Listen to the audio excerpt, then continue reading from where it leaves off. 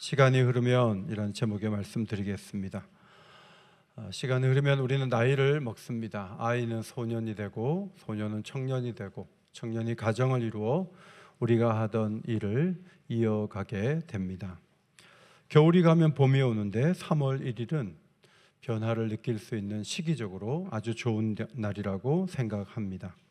우리의 마음속에는 시간이 흘러도 아무 변화가 없다 이런 생각을 하게 되지만 성경은 시간만 흐르는 것이 아니라 하나님이 일하신다, 하나님께 쓰임받을 수 있고 새로워질 수 있다고 성경은 계속 우리에게 말씀합니다.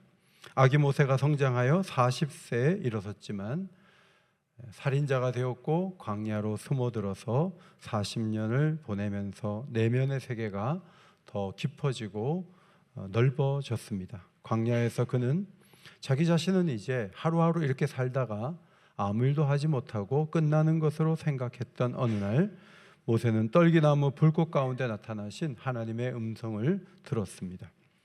하나님께서 바로 앞에 가라고 하지만 그는 갈 마음이 전혀 없었고 대화를 이어가던 중에 끌려가듯 바로 앞에 서서 메시지를 전하는 사역자가 되었습니다. 처음에는 완악한 모습으로 이스라엘 백성들을 억압했던 바로가 7번째 재앙을 맞은 후에 약간의 변화의 조짐이 나타났습니다. 모세와 아론을 불러 말씀한 것이 27절입니다. 이번은 내가 범죄하였노라. 여호와는 의로우시고 나와 나의 백성은 악하도다. 여러분, 우리가 누구에게 아이고 내가 잘못했어요, 나는 악합니다, 이런 고백하는 거 쉽지 않잖아요. 끝까지 우리는 그럴 만한 일이 있었고 그럴 수밖에 없었고 내가 틀리지 않았고 우리는 끝까지 이렇게 주장하는 존재인데 바로가 범죄했다고 말하고 나와 백성이 악하고 하나님이 의롭다고 말한 것은 굉장한 변화를 보여준 것이죠. 그는 처음에 내 백성을 보내라는 모세의 메시지를 듣고 이렇게 반응했죠. 너희가 게으르다 게으르다. 그러므로 너희가 가서 여호와께 제사를 드리자 하는도다. 안 믿는 사람들이 예배를 드리는 자들을 보면 게으른 것이다, 쓸모없는 시간을 보낸다, 여유도 많다 이렇게 비난하는데 바로도 그러했습니다. 나일강이 피로 변하는 재앙을 당한 뒤에 바로가 보인 모습을 7장에서 보죠. 바로가 돌이켜 궁으로 들어가고 그 일에 관심을 가지지도 아니하였고, 물 문제가 심각했을 텐데 사람들이 나일강가를 파서 어떻게든 물을 구하려고 이리 뛰고 저리 뛰는데 바로는 무관심했다 하는 것이죠. 이것은 그의 처세수를 보여주는 대목입니다. 개구리 재앙을 당한 후에 바로는 모세 아론을 불러 여호와께 구하여 나와 이 백성에게서 개구리를 떠나게 하라. 내가 이 백성을 보내리니 그들이 여호와께 제사를 드릴 것이니라 라고 말했지만 약속을 뒤집었습니다. 이 재앙이 나타났을 때 요술사들이 이제는 능히 똑같이 하지 못했어요. 이것은 여호와의 권능입니다 라고 말했지만 바로는 마음을 닫았습니다. 파리 재앙이 나타났을 때에도 모세와 아론을 불러 보내겠다고 말하지만 조건을 걸었죠. 8장 25절 이 땅에서 너희는 가서 너희 하나님께 제사를 드리라. 멀리는 가면 안 된다. 아니요, 사흘 길은 가야 됩니다 라고 모세와 대화를 이어갔습니다. 모세는 바로를 떠나 강구했습니다. 하나님은 다시 파리 떼가 물러나게 하시고 한 마리도 남지 않게 하셨습니다. 5번째 재앙으로 가축 재앙이 임했고 이스라엘 백성들의 가축은 죽지 않았어요. 6번째 재앙으로 악성 종기가 애굽 사람에게 내렸습니다. 그 다음 7번째 재앙, 우박이 내려서 이스라엘의 사람과 짐승과 밭의 모든 채소에 맹렬하게 떨어져서 나무가지가 꺾이는 그런 일이 일어났습니다. 그러나 고센 땅에는 우박이 내리지 않았다는 사실을 바로는 주목하면서 이번은 내가 범죄했다고 말하죠. 여호와는 의로우시고 나와 나의 백성은 악하다라고 고백을 했습니다. 바로의 심사를 연결해서 생각해 봅니다. 예배를 의논하는 것은 게으른 거야. 나일강이 피로 변해도 나는 관심 없어. 내 백성을 보낼게 라고 말하지만 말을 뒤엎고 예배를 드려도 좋다, 멀리는 가지 마라. 애들은 두고 장정만 나가라. 양과 소는 두고 가라. 조건을 계속 걸죠. 그리고 이것은 자기 죄로 말미암은 것이고 히브리 사람들은 보호를 받고 자기 백성들은 고통당하는 걸 보면서 나와 나의 백성은 악하다라고 인정을 하는 듯 하지만 그가 이어서 하는 말이 28절입니다. 28절 같이 읽겠습니다. 시작. 여호와께 구하여 이 우레소리와 우박을 그만 그치게 하라. 내가 너희를 보내리니 너희가 다시는 머물지 아니하리라. 자, 이 말을 가만히 보면 이제 우박이 그치면 내보내겠다는 것으로 보이지만 모세는 이렇게 말하죠. 그러나 왕과 왕의 신하들이 여호와 하나님을 아직도 두려워하지 아니할 줄을 내가 아나이다. 모세는 바로의 일시적인 말에 속지 않죠. 34절에 모세의 기도대로 우레소리와 우박이 그쳤습니다. 그런데 왕과 신하가 꼭 같았다라고 기록되어 있죠. 모세는 기대를 걸지 않았어요. 35절에 여호와께서 모세에게 말씀하신과 같더라. 그들의 반응에 대해서 하나님이 이미 말씀하셨기 때문에 그들이 우박이 내린다 그래서 달라지지 않는다는 것을 모세가 알고 있었다는 말입니다. 저는 이 긴 10가지 재앙을 쭉 연결하는 말씀을 보면서 읽는 나도 지치는데 모세는 얼마나 힘들었을까 그런 생각을 해보았습니다. 긴 시간 바로와 줄다리기를 하는 동안에 이스라엘 백성들의 삶이 조금이라도 나아졌나요? 모세와 아론이 왔다 갔다 해서 이스라엘 사람들이 어떤 도움을 받았나요? 모세와 아론의 입장에서 보면 버티고 안 보내려는 바로에게 거듭 찾아가는 것이 무슨 의미가 있었을까요? 모세와 아론의 등장이 이스라엘 백성에게 무슨 도움이 되었습니까? 바로는 완강하기 때문에 아무리 얘기를 해도 말을 바꾸고 그리고 자기의 의지대로 이스라엘 백성들을 붙잡고 있는 모습을 이어갔습니다. 모세로서는 의욕이 떨어질 수밖에 없는 노릇이었습니다. 문제는 결정권자가 움직이지 않았다는 것이죠. 이제는 하나님 앞에 대항하지 않고 내보낼 만한데 그는 맷집이 강했습니다. 이 상황 속에서 기억을 더듬어 보면 모세가 바로와의 협상 테이블에 앉은 것은 그가 원해서 한 것 아니잖아요. 처음에 그는 하나님이 나타났을 때 저는 하나님 이름도 몰라요. 하나님 누구세요? 나는 여호와니라. I am that I am. 나는 스스로 있는 자니라 라고 말씀하셨어요. 하나님이 내게 나타났다는 말을 사람들이 안 믿을 거예요 라고 불길한 예상을 했죠. 모세는 자신의 입이 뻣뻣하고 혀가 둔하다고 손사래를 쳤습니다. 그러나 하나님이 내가 내 입과 함께 하겠다고 말씀하셨어요. 그러나 모세는 오 주여 보낼 만한 자를 보내달라고 말했을 때 하나님이 노하셨죠. 내 형 아론을 대언자로 삼으면 된다 라고 말씀하셨는데 하나님이 진노하셔서 겁이 나가지고 바로 앞에 가서 말씀을 전하게 되었습니다. 기적이 이어졌고 계속되는 재앙이 모세의 말대로 되었습니다. 모세는 공격하는 형세를 취했고 바로는 방어하는 형국이 되었으나 아무리 슛을 쏴도 골이는 되지 않았죠. 오히려 하나님이 보여주시는 수많은 재앙들도 바로의 마음을 움직이기에는 역부족이다 그런 느낌을 줄 뿐이었습니다. 7번이나 재앙을 내렸어요. 여전히 버팁니다. 아무것도 변화된 것이 없었습니다. 수많은 재앙이 무용지물로 보였습니다. 인천 상륙작전 한 번에 성공했지만 7번이나 상륙작전을 해도 계속 포탄이 떨어지고 총에 맞아서 죽고 그러면 8번째 또 인천 상륙작전을 시행할 수 있는 사령관이 있을까요? 그런 사령관에 대해서 사람들은 뭐라고 말할까요? 수많은 재앙이 내리고 기도하면 재앙이 사라지고 말씀을 따라 다시 새로운 재앙이 내린다고 경고하면 또 그 재앙이 내려서 7번째 반복하고 있었습니다. 어떤 고통이 밀려온다 해서 그 사람의 마음을 새롭게 하는 게 아니에요. 물론 고난받는 것이 내게 유익이라는 시편의 고백은 있지만 사실 사람들이 너무 힘들기 때문에 예수를 믿고 너무 어렵고 고통스러운 일이 일어나니까 마음을 바꾸고 사실 그러지는 않아요. 바로가 대표적인 예라고 볼 수가 있습니다. 하나님은 번번이 바로가 뜻을 바꾸지 않을 거야. 엄청난 재앙이 쏟아져도 바로는 그대로일 거야 라고 거듭거듭 모세에게 말씀해 주셨습니다. 지난번에도 이번에도 뜻을 바꾸지 않아요. 그럼에도 불구하고 계속 재앙을 바꿔가면서 바로를 찾아갈 이유를 모세는 점점 더 얻기가 어려웠을 것입니다. 이런 현상 속에서 하나님이 재앙을 내리실 때, 새로운 재앙을 내리실 때 걱정이 된 것은 애굽 사람들이 아니라 모세였어요. 모세가 꺾이면 어떡하지?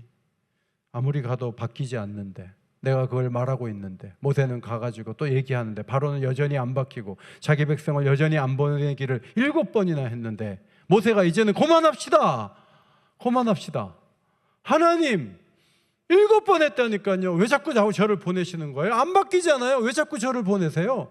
라고 모세가 오히려 큰 소리를 치면서 이제는 그만하자고 얘기할 만한 상황으로 들어가는 것이 보이십니까? 하나님 아무 소용없어요. 8번째 재앙을 말씀하실 때 모세가 드디어 터질 수도 있었어요. 그래서 하나님께서 내가 왜 이렇게 계속 재앙을 바꿔가면서 네가 전달하라고 하는 이유를 내가 2가지가 있다고 하나님 말씀하신 장면이 10장 1절과 2절에 나오죠. 앞에 보시고 같이 읽겠습니다. 시작. 여호와께서 모세에게 이르시되 바로에게로 들어가라. 내가 그의 마음과 그의 신하들의 마음을 완강하게 하면 나의 표징을 그들에게 보이기 위함이며 내가 애굽에서 행한 일들 곧 내가 그들 가운데서 행한 표징을 내 아들과 내 자손에게 전하기 위함이라. 너희는 내가 여호와인 줄 알리라. 하나님은 2가지 이유에서 이 재앙을 계속 반복해서 바꿔가면서 모세에게 통보하라고 말씀하신 거예요. 첫 번째로는 바로와 그의 신하들의 마음이 완강하게 되면서 하나님은 계속 재앙을 바꿔가면서 쏟아 부으시죠. 첫 번째 이유는 나의 표징을 애굽 사람들에게 보이기 위함이라는 거예요. 이것은 바로 한 사람의 마음을 꺾기 위해서만 계속 재앙을 내린 게 아니라는 거예요. 그는 뜻을 바꾸지 않을 거야. 모세야, 네가 가지만 안 바꿀 거야. 그 얘기를 계속 하셔요. 그럼 못하러 자꾸 보내시는 겁니까? 이유가 있다는 거예요. 재앙을 당하는 수많은 애굽 사람들이 하나님을 보고 있다는 거예요. 이것이 하나님 편에는 굉장히 중요한 일이라고 말씀을 하신 거죠. 2번째로는 이 표징을 내 아들과 내 자손의 귀에 전하기 위함이라. 광야를 걸어가면서 가나안에 들어가서 있잖아, 아빠가 봤는데 하나님이 10가지 재앙을 내리셨어. 바로는 버텼지. 그런데 하나님이 계속 쏟아 부었더니 그가 나중에 손을 들었는데 10가지 재앙은 이런 것들이 있었어 하고 교육적인 들려줄 얘기를 완성하기 위해서 하나님이 이 일을 하셨다는 거예요. 뒷부분은 알겠는데 애굽 사람은 무슨 의미로 이 고통을 계속 당하고 그런 일들을 하나님 왜 그들 앞에서 펼치셨는가 하는 질문이 남습니다.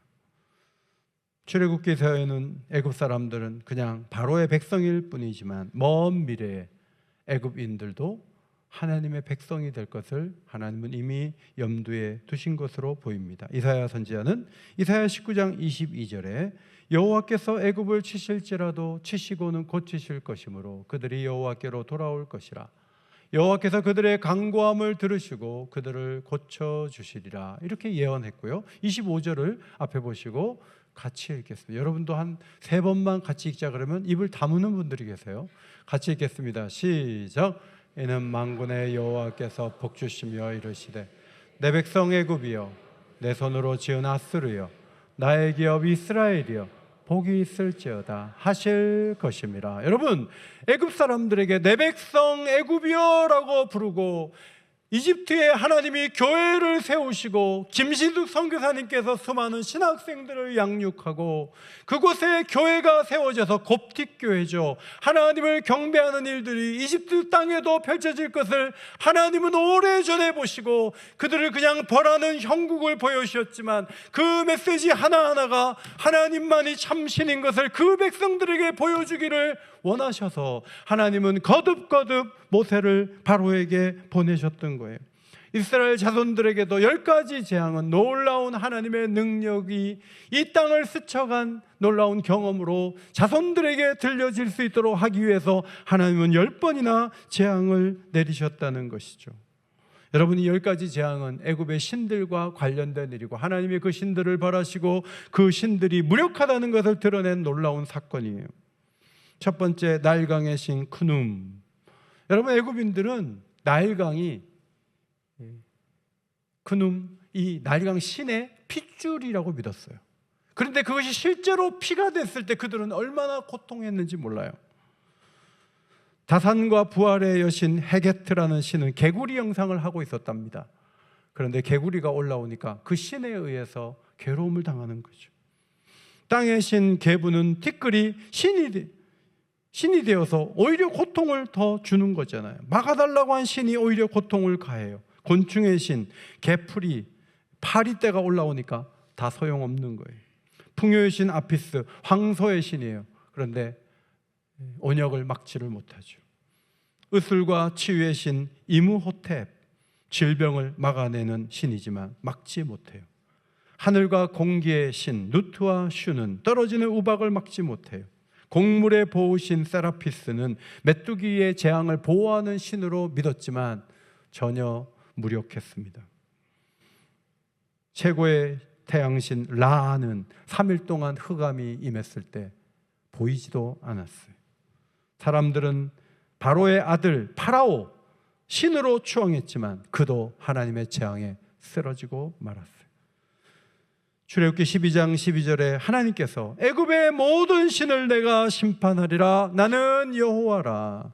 다신이었기 때문에 다신 하나하나를 손대면서 그들은 무력하다는 것을 백성 가운데 드러내신 거예요. 학자들은 이 재앙이 6개월에서 1년 정도 지속되었던 것으로 보입니다. 그런데 이 시기는 바로와 애굽인들을 고통스럽게 했지만 이스라엘 백성들에게는 살아계신 하나님을 경험하는 놀라운 교육의 기회였습니다. 말씀드린 것처럼 재앙이 반복되고 기도하면 재앙이 사라지고 새로운 재앙이 계속 반복되는 동안에 모세가 하나님께 그만합시다. 이제 그만하자니까요. 바로는 안 바뀌어요. 이제는 그만하자니까요. 8번째 소용없어요. 9번째, 100번째도 바로는 안 무너져요. 이렇게 반박하고 스탑을 선언하지 않았어요. 하나님, 형과 저는 지쳤어요. 이제 그만해요. 이런 말 하지 않았어요. 10번째 바로를 만나고 왔을 때 어느 날 밤, 지금으로 말하면 청와대에서 전화가 온 거예요. 밤에 청와대로 들어갔죠. 바로의 호출을 받고 형과 함께 드디어 놀라운 이야기를 들었어요. 출애굽기 12장 31절 32절이에요. 앞에 보시고 읽겠습니다. 시작. 너희와 이스라엘 자손은 일어나 내 백성 가운데서 떠나 너희의 말대로 가서 여호와를 섬기며 너희가 말한 대로 너희 양과 소도 몰아가고 나를 위하여 축복하라 하며. 이게 진심이에요. 이제는 정말 항복이에요. 나가라는 거예요. 장남이 죽었는데 차남도 죽고 다 죽으면 어떡해요? 이제 더 이상 피해를 입기 싫으니까 제발 떠나라는 거예요. 은금 패물을 가지고 나오게 되었던 거죠. 여러분, 변하지 않습니까? 변합니다. 1919년 태극기 들고 대한독립 만세! 그래갖고 총 맞아 죽었어요. 살아있는 사람은 감옥 갔어요. 그리고 독립이 됐어요? 1945년에 독립이 됐어요. 그러니까 한 26년 정도는 계속 일본의 치하에 있었던 거예요. 그러면 못하러 나가고 자유를 선언하고 왜 감옥 가고 총 맞고 그래요? 그 쓸모없는 일을 못하러 하냐? 이렇게 생각할지 몰라요. 그러나 독립을 외친 사람들은 이 나라의 독립이 그렇게 해서 시작된다고 보고 자기 한 사람이 죽을 수 있고 감옥 갈 수 있지만 언젠가 하나님께서 이 땅을 바꾸실 것을 외치는 가운데 이 땅에 하나님께서 해방의 날을 주신 줄 믿습니다. 하나님 그렇게 하신 거예요. 여러분, 긴 세월이 흘려서 107주년이 됐어요. 3.1절 107주년. 여러분 깜짝 놀라지 않아요? 물론 일본은 아직도 우리보다 기술도 강하고 인구도 많고 무역 규모도 높아요. 그러나 여러분, 1인당 국민소득이 우리가 일본을 앞지를 것을 1919년도에 바라볼 수 있었어요? 볼 수 없어요. 일본은 20년째 계속 월급을 묶어놔요. 올리지 않아요. 그러니까 그들은 지금은 가난해요. 어려워요. 우리보다 더 힘들게 사는 사람들이 많아요. 하나님께서 역전시켜 주신 거죠. 교회의 상황은 이미 역전이 되었고 하나님이 다른 세상을 지금 살게 하시는 것입니다. 중요한 것은 세월이 변해도 변하지 않아. 그런 생각을 갖지 말고 하나님의 뜻이 이루어진다는 확신을 갖고 인내하면서 선한 일을 반복하다 보면 하나님이 우리를 쓰시고 새로운 세상을 살게 하실 줄 믿습니다. 이것을 우리가 확신해야 돼요. 노아는 7, 80년 동안 산 위에서 방주를 지었어요. 어떤 학자는 120년 동안 지었다 그래요. 사람들은 먹고 마시고 시집가고 장가가고 있으면서 노아에 대해서 관심이 없었어요. 저 노인네는 왜 저 산에다가 방주를 짓고 배를 짓고 저래? 조금 치매가 있는 것 같아. 미쳤어. 식구들이 다 미쳤어 라고 얘기를 하고, 아무도 노아가 의를 전파하지만 듣지 않았어요. 여러분, 8식구 가운데 아무도 한 사람을 더 데려와서 태우지 못했어요. 그냥 하나님이 보내주신 동물들은 탔을지 모르지만 한 명도 구원하지 못했어요. 그러면 노아의 방주는 실패냐? 아니에요. 히브리서 11장 7절에 믿음으로 노아는 아직 보지 못하는 일에 경고하심을 받아 경외함으로 방주를 준비하여 그 집을 구원하였으니 이로 말미암아 세상을 정죄하고 믿음을 따르는 의의 상속자가 되었느니라. 여러분, 노아는 한 명도 못 태웠다니까요. 그러나 노아는 실패자가 아니에요. 여러분이 애쓰고 노력하고 그래서 변화가 없어요. 그러면 사람들은 여러분의 실적이 없다고, 열매가 없다고 말할지 모르지만 여러분이 믿음을 지키고 하나님 원하는 일을 반복해서 감당했다면 하나님께서는 우리들을 인정해 주실 줄 믿습니다. 세상은 작년하고 올해 몇 퍼센트 성장했어요? 얼마나 잘 됐어요? 실적서 가져와 보세요. 이게 세상의 평가 방식이에요. 그러면 노아는 빵점이에요. 아무도 못 태웠다니까요. 동물만 방주에 실었어요. 그러나 그는 의의 상속자로 인정함 받기에 충분했던 것이죠. 예레미야는 약 40년 동안 눈물로 회개를 촉구했지만 예루살렘 성전이 파괴되고 사람들이 줄줄이 붙잡혀가는 것을 봐야 했습니다. 그는 구덩이에 던져졌고 위협을 받고 아무런 변화도 보지 못한 채 힘겨운 예언 활동을 했습니다. 예레미야 20장 8절에 내가 말할 때마다 외치며 파멸과 멸망을 선포함으로 내가 종일토록 치욕과 모욕거리가 됨이니이다. 저는 화요일 날 구청과 교회 연합 모임에 예배에 갔다 왔어요. 저 인사동 근처에 있는 교회인데 99년 된 교회더라고요. 그런데 여러분, 주차장이 한 대도 주차를 못해요. 그래서 제가 부목사님께 같이 밥 먹자고 가서 밥 먹고 가자고 갔는데 차를 주차할 곳이 없어서 먼저 집에 가야 되겠다 그래 보냈어요. 99년 동안 그곳에 있는데 주차 자리 하나도 마련을 못했어요. 그런데 그 교회가 3.1 운동을 할 즈음에 너무너무 중요한 일을 했고 목사님과 교인들이 그 교회에 대한 자부심이 얼마나 큰지 몰라요. 제가 그걸 보면서 이 교회도 귀하다 그런 마음을 가졌어요. 에스겔은 약 22년 동안 포로지 바벨론에서 완악한 이스라엘 백성들을 상대하며 예언 활동을 했어요. 저들은 패역한 족속이라 너의 말을 듣지 않을 것이라고 하나님은 모세에게 말씀하듯이 에스겔에도 말씀하셨습니다. 하나님은 선지자가 잘 견디도록 하기 위해서 선지자의 이 말을 금강석같이 만들어 주셨어요. 거부하고 냉담하고 나쁘게 나올 때 견디는 거죠. 에스겔은 변화를 보기 어려운 상황에서 파수꾼의 사명을 감당했습니다. 에스겔 시대의 사람들이 하나님의 메시지를 왜 듣지 않았을까요? 33장 31절 이는 그 입으로는 사랑을 나타내어도 마음으로는 이익을 따름이라. 여러분, 입으로는 중요하다고 얘기하죠. 기도 중요하죠. 그러나 내일 아침에는 푹 자는 게 중요해요. 그게 우리들의 모습도 아닌가요? 입으로는 하나님 사랑한다 하고 이웃 사랑한다 하고 기도가 중요하다고 하고 하나님의 교회가 풍성해져야 된다고 말은 하지만 마음으로는 이익을 따르기 때문에 말을 듣지 않는다 하는 거죠. 에스겔이 고운 음성으로 사랑의 노래를 잘하고 음악을 잘하는 자로 여겨질 뿐 선지자의 말을 듣고서도 듣지 않는 것이라고 하나님이 말씀하셨습니다. 그러나 하나님 말씀대로 되는 것을 보면서 나중에 저들은 한 선지자가 우리 가운데 있었구나 하는 것을 뒤늦게 알게 될 것이라고 하나님이 말씀하셨어요. 에스겔서 집에 가서 3장을 읽어보세요. 바로는 27절 이번은 내가 범죄하였노라 여호와는 의로우시고 나와 나의 백성은 악하도다 라고 고백했어요. 그러나 이것은 거짓말이에요.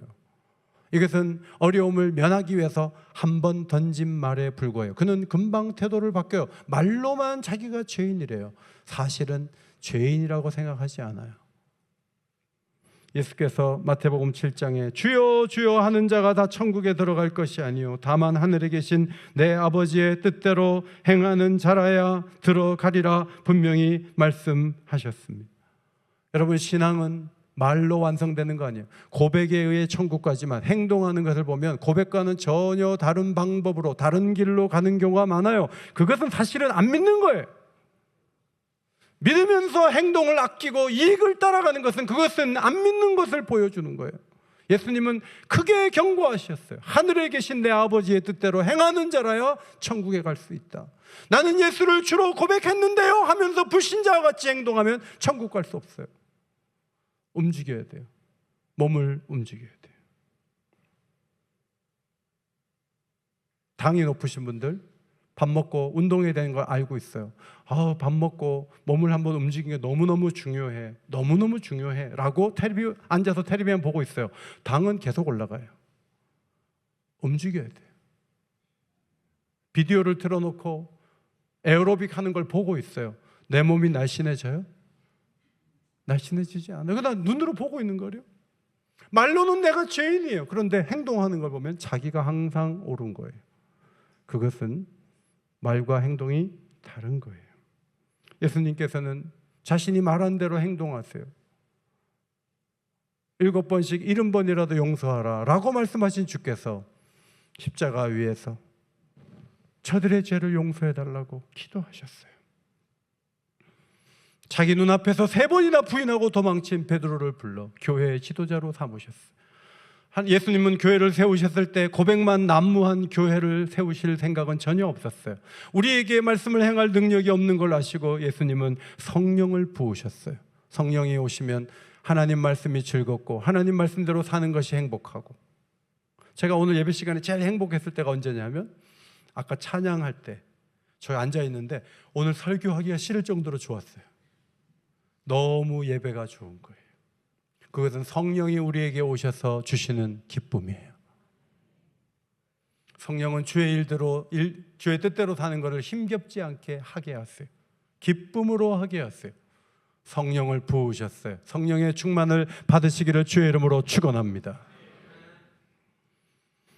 반복되는 일에 어떤 변화가 빨리 보이지 않고 사람들이 어제와 그대로야 전혀 바뀌지 않아 그렇게 말한다 할지라도 성경은 계속 말해요. 좌절하지 말고 하던 일을 계속하라. 바로에게 계속 나가라. 그에게 가도 1000번 100만 번을 가도 그는 바뀌지 않을 것 같지만 그는 10번 만에 무너지고 말았어요. 우리가 해결되지 않는 어떤 문제가 있다 할지라도 지속적으로 기도하고 하나님을 찾고 구하고 예배하고 포기하지 않고 앞으로 나아가면 하나님의 때에 하나님이 무너뜨려 주실 줄 믿습니다. 우린 그런 믿음을 가져야 돼요. 아무리 통일을 위해 기도해도 소용없어. 아무리 지역 사회를 복음화하게 해달라고 기도해도 소용없어. 이래도 안 돼 저래도 안 돼 라고 말하는 것은 불신앙이에요. 그 의미 없는 일 같지만 기도하는 것을 계속하고 예배를 계속 드리고 하나님 말씀을 계속 묵상하고 하던 일을 계속 하다 보면 하나님이 일하실 때가 되고 우리는 그것을 보게 된다는 것이 성경의 가르침이에요. 그러므로 뒷걸음질 치지 마세요. 하나님이 더 놀라운 세월을 우리에게 주실 줄 믿습니다. 윌리엄 캐리는 인도에서 7년이나 전도를 한 명도 못했어요. 이 7년 동안 아들을 잃었어요. 아내는 정신병에 시달렸어요. 성경 번역을 위해 만든 인쇄소가 불타고 말았어요. 7년 만에 크리슈나 팔이라는 첫 인도인 세례자가 탄생했어요. 성경을 인도어로 40가지로 번역을 했어요. 하나님 앞에서 정말 가슴 아픈 일은 인도에는 과부를 화형시키는 제도가 있었어요. 사티라는 이 관습을 폐지하고 인도 근대화와 복음화에 거대한 초석을 놓은 사람이 윌리엄 캐리예요. 아도니람 저드스는 미얀마에서 첫 개종자를 얻기까지 6년이 걸렸어요. 첫 1년 7개월은 감옥에 있었어요. 그 과정에서 아내와 또 아이들이 차례로 세상을 떠났어요. 그러나 미얀마어 성경 번역을 감당하고 그가 세상을 떠날 즈음 수만 명의 신자와 수백 개의 교회가 세워진 것을 볼 수가 있었습니다. 최봉석 목사님, 최건능 목사님이죠. 평양신학교를 졸업하고 좋은 교회 부임하라고 청빙이 왔지만 가지 않았어요.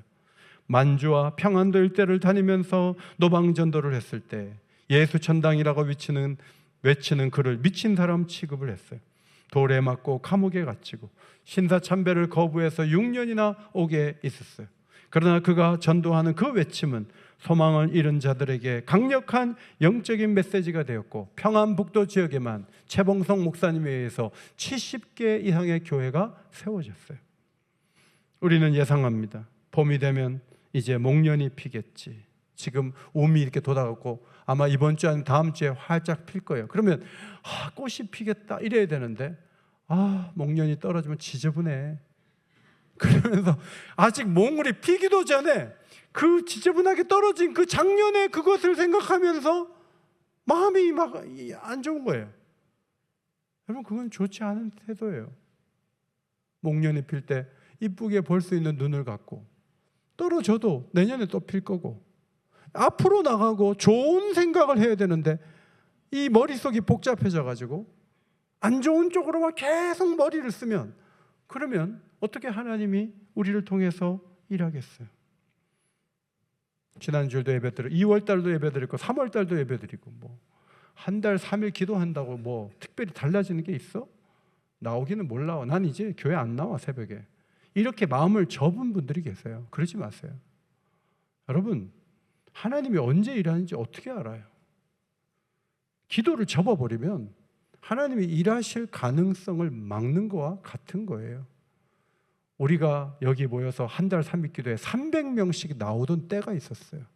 그때는 모두가 하나님을 기대했던 때예요. 저는 다시 그런 부흥이 있기를 주의 이름으로 축원합니다. 주 앞에 나와야죠. 연세가 드신 분들도 3일 중에 3일은 힘들지만 하루는 나와야죠. 왜 못 나와요? 카카오 깔아드려요? 그래갖고 다 카카오 택시 불러가지고 어른들이 나오셔야죠. 이 자리가 성령께서 기뻐하시는 기도의 자리가 다시 되면 하나님께서 우리 교회를 써주실 줄 믿습니다. 인내의 시간이 지나면 바로는 꺾이게 되고 하나님의 일하심은 강력하게 나타나고 출애굽의 문이 열리게 된다는 것이 성경의 메시지예요. 중요한 것은 똑같은 일이지만 계속 반복하는 거죠. 그러다 보면 하나님이 일하시는 거예요. 마틴 루터가 한 말을 봅시다. 하나님은 아무것도 없는 곳에서 만물을 창조하셨다. 그러므로 우리가 아무것도 아닌 존재가 될 때 하나님은 비로소 우리를 통해 새로운 일을 시작하신다. 여러분, 아브라함이 100세가 되니까 아들을 낳는 거예요. 그건 아브라함이 낳은 아들이 아니에요. 부인이 90살이에요. 어떻게 낳아요? 아브라함이 아무것도 못할 때 하나님이 일하시기 시작한 거예요. 모세는 말도 잃어버렸어요. 지금으로 말하면 말더듬이처럼 된 거예요. 그런데 하나님께서 그가 아무것도 아닌 상황에서 하나님이 일하셨고 출애굽의 문이 열렸습니다. 주도권은 하나님께 있습니다. 그것을 인정하는 것은 기도하는 것입니다. 집에서 잠옷 입고 누워서 예배드리지 말고 교회에 오세요. 그리고 하나님을 찾으세요.